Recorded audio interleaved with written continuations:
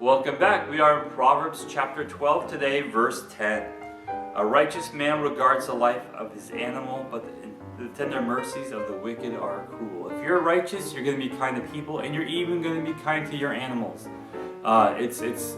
Even though they are a lower life form, and I know Peter might not like me saying that, but they are. They're not the creation that God created that inherit the earth.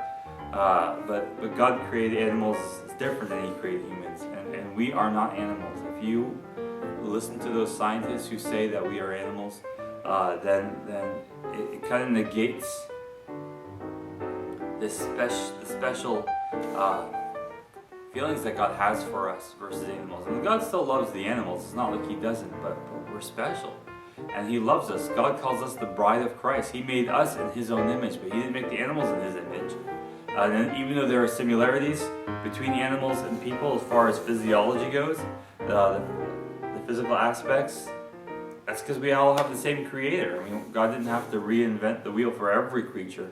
And you see that there's a lot of diversity in what God does throughout this world. And there are creatures we still have yet to discover here on this planet, in our oceans.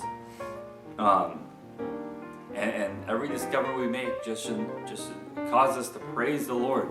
But we are still supposed to be kind to them, because we are supposed to be kind creatures. If someone is kind to me but they are not kind to animals, I think that their kindness to me is an act. And their baseness to their animals is who they really are. I am kind of under the impression that the worst version of a person is this person's true self. And I'm not saying that to be down on humanity, but I just know that sin is bad, and that we have that, and I see that God is trying to change that in us. And the more we are willing to give Him, the more He takes away that worst side of ourselves, and so our worst side isn't so bad.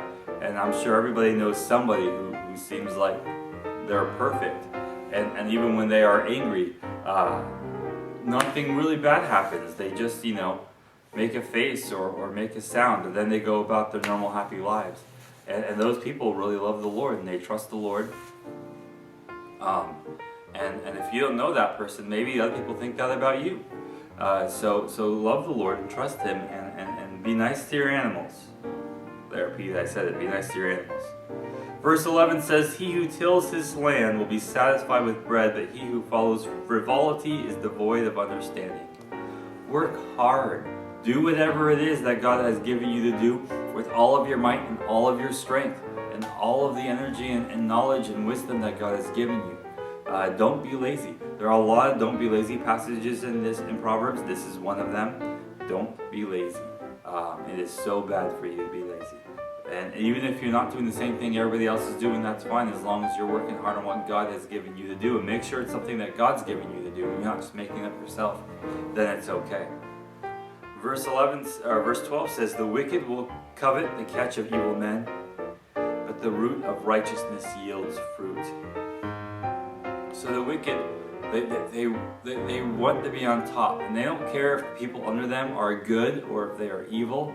They just want to be on top themselves. But the people who are righteous, they want other people to be lifted up. So all the evil men want everybody else to be brought down so that they could be lifted higher, or at least lifted higher in comparison. They don't actually want to get higher. And the righteous men want everybody to get up. When it says that yields fruit, fruit's a good thing. We want to help other people. Fruit is not just for the plant. Fruit's for the plant to attract others, the animals and stuff, to spread a seed or whatever. But it's still, the idea is it's helping others out. It's like, hey, come eat of my fruit. You're helping me, but I'm helping you. And righteous men, when you help other people, you are helped as well. Not necessarily in the reciprocation that you would expect from the person. Maybe you help someone who can't help you back physically, but the Lord sees your good heart and your good deeds, and He rewards you accordingly. So every time you do something bad, you're paying wicked upon yourself, because the Lord's going to punish you. But if you do something good, you have the natural good consequence, and you have the reward from God coming later. So it's double good to be good. So go out and be good. God bless you, and have a nice day.